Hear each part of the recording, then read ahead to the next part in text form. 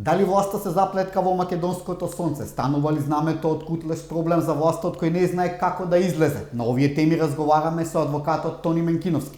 Господин Менкиновски, добре дојдовте во студијата. Добре ме најдов, ви благодарам на поканата и ми е чест да присуствувам на вашиот форум Република, кој за мене многу значи. Така.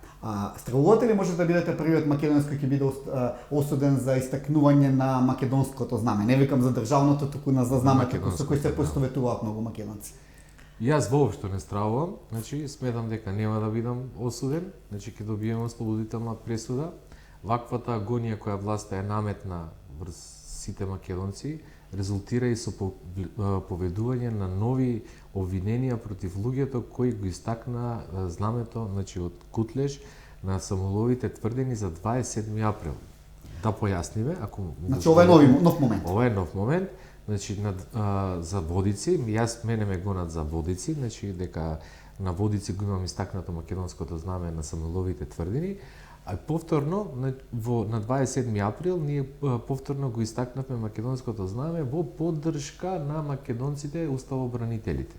И тогаш, во тој период на 27 април, полицијата спроведе повикување на одредени граѓани кои присуствуваа на ставењето на знамето на самоловите тврдени и сега имаат проведено обвинение против истите, што самото по себе резултира, тие сакаат да го парализираат процесот во кој јас сега сум моментално обвинет, со тоа што не доаѓаат од Министерството за внатрешни работи како овластени предлагачи против мене и не доаѓа и судијата моментално, значи одложен предметот на неодредено, а од друга страна го забрзуваат процесот против овие обични граѓани, каде што јас им кажав и тогаш на полицајците дека јас се преземам целата одговорност за 27 април за истакнување на знамето, но тие сакаат да го притиснат народот со тоа што повикувајќи го овие луѓе сакаат да ги заплашат и да не ни дозволат на нас македонците да го истакнуваме нашето знаме кое е културно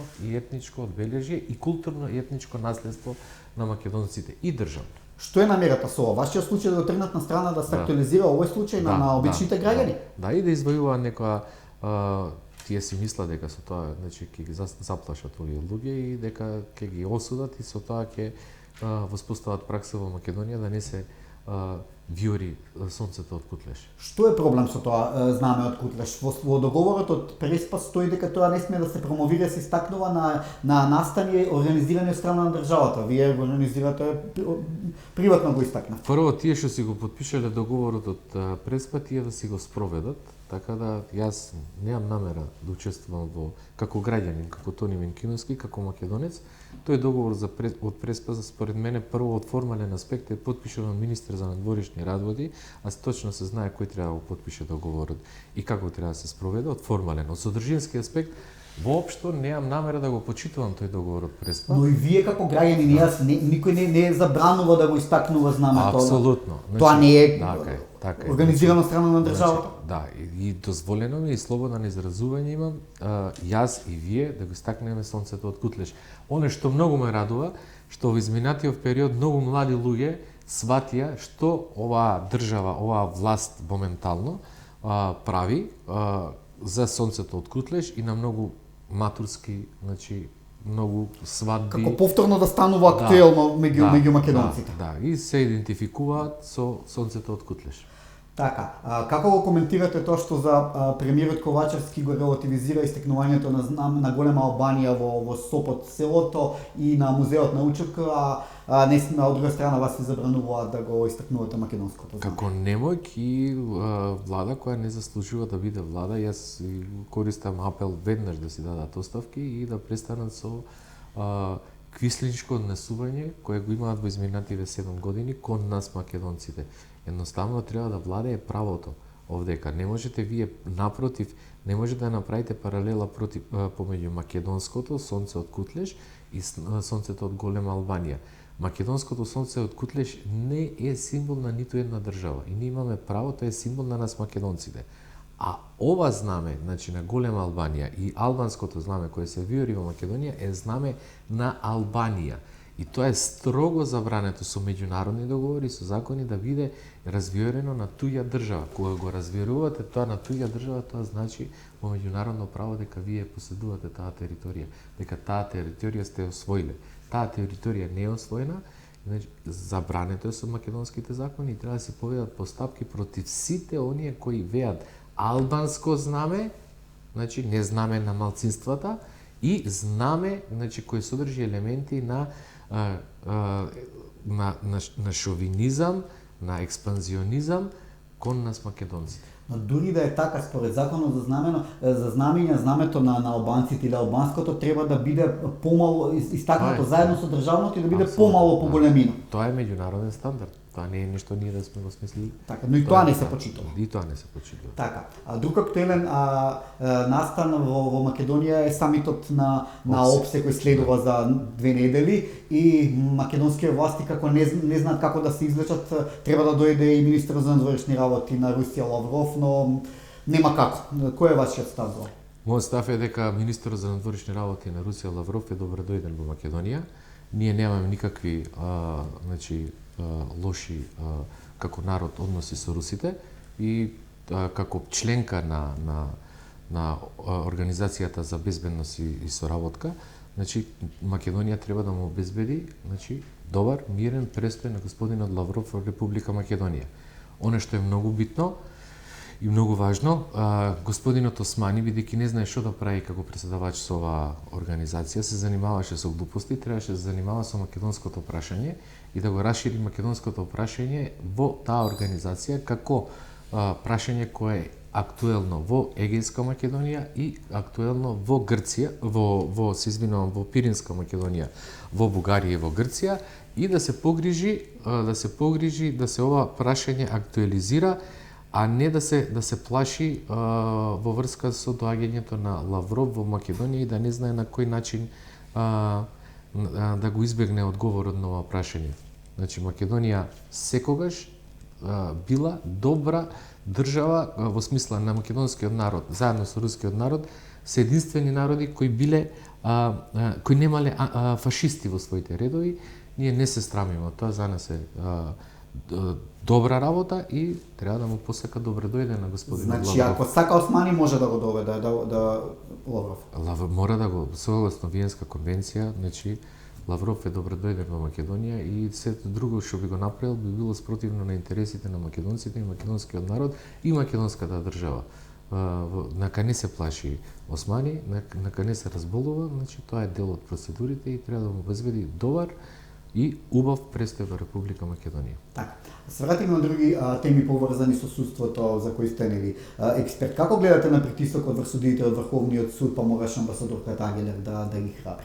Видете, значи во дипломатијата имате пораки во смисла ве охрабруваме, ви помагаме, овдека е право, таму имате екзактни работи. Ако некој вршил притисок врз некој во правосудството, значи тие треба да кажат кој вршил и за истиот тој да се поведе постапка. Вака, значи би останале како оние писмата на Троцки кон револуционерите. Троцки одмарал на швајцарските езера и им викал на револуционерите кои ја кренале, значи октомвриската револуција, борете се. Значи мораме екзактно да пристапиме. Ако борете, значи добар е примерот на претседателката на Врховен суд што истакна дека постои притисок, но да го конкретизираме, да видиме кој од кога, како, за кој предмет и тој предмет кога ќе излезе значи на виделина, кога ќе види сонце, кога народот ќе биде значи убеден дека навистина постои конкретен предмет, конкретен политичар кој вршил конкретно барање за одреден предмет, тогаш веќе ќе имаме помрднување од мртвата точка. Сето друго е демагогија. Сето друго е зашто претседателка на судскиот совет рече да не се појави пред судот и да образложи кој зашто вршил притисок? Да, па тоа е втората, значи она за што зборуваме, таа не може тоа така, значи треба значи претседателката на Врховниот суд од најпозитивна личност станува најнегативна личност. Од една страна кажува дека постои, од друга страна се плаши да дојде до образлож. Сега, знаете, не кажувајте, значи можеби лаже, можеби нема политички притисок.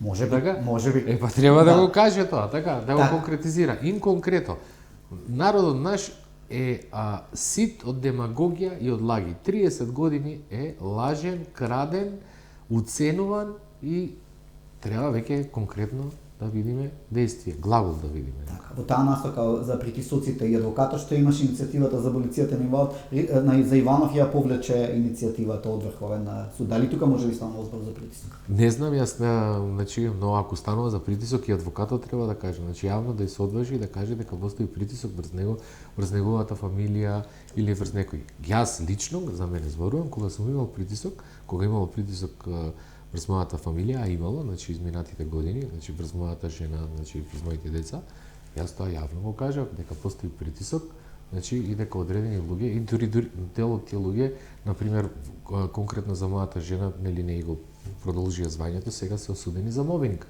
Значи мораме ние конкретно да ги вадиме работите на површина. Сето другото би било лошо, би било апстрактно и неодредено. Тоа е истото како кај нас велат, само ќе ви одземаме на минута, борба со корупцијата. Во ред, ама треба да измериме. Значи не можете вие да имате перцепција за корупција.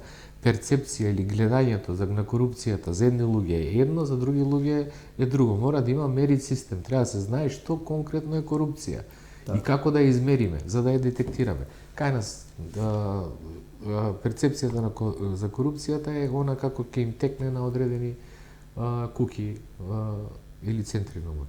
Како гледате на измените на кривичниот законник и што магично застарува делата на поранишното СЕО? Видете се, значи прво и основно треба некој да се повика на одговорност за целата работа. Втората работа е толку значи труд, толку посветеност. Знаете, пак ќе речам, некој треба да ги мери нештата. Тоа биле истраги, луѓе, значи малтретирани. Не е само дело на повлекување. Можеби тие луѓе не биле виновни.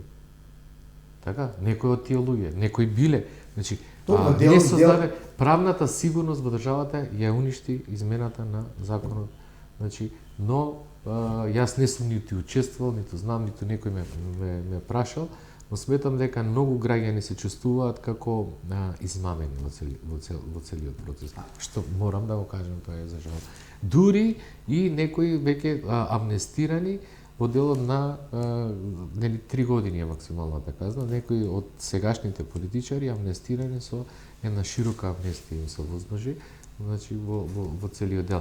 Затоа е многу битно закон за потекло на имот. Закон за потекло клучен, значи клjuč за да се видиме ако некого пропуштите да го фатите, значи нормално е да го пропуштите. Ова е алатка која може, значи во секое време, на секое место против секој, ако не може да докаже имотот од кај го стекнал, значи да го казнете. Но дали намерата со измените на кривичниот законник беше да се профитира политички преку одредени мешетарења со одредени политичари кои имаат влијание во едната или во другата партија? Предпоставувам дека е така, ама не можам да кажам со точност. Предпоставувам дека е. Не само таму, значи поготово партијата на власт напре колективна амнестија на незините функционери кои во изминатиот период правеа злодела кон овој народ. А како гледате на законот за амнестија кој не помина?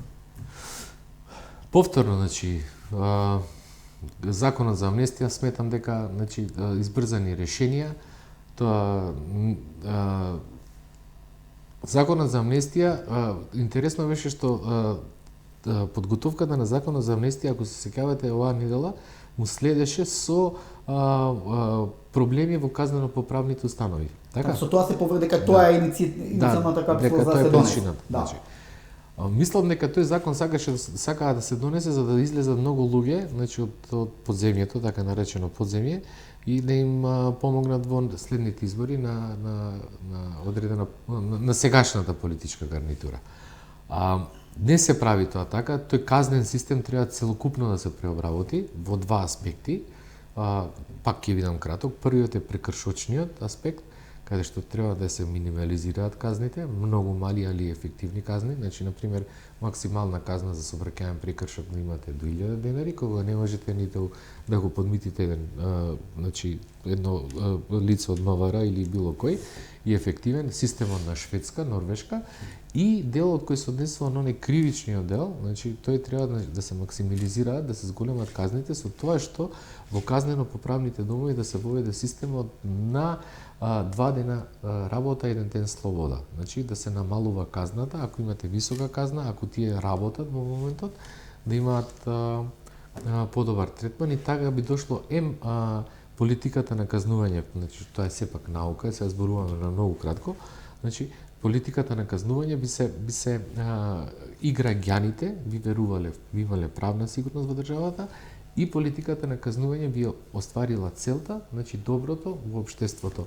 Луѓето би ја сакале оваа држава. Сега во моментот, иако сме патриоти, ја сакаме оваа држава, значи не ја сакаме оваа власт.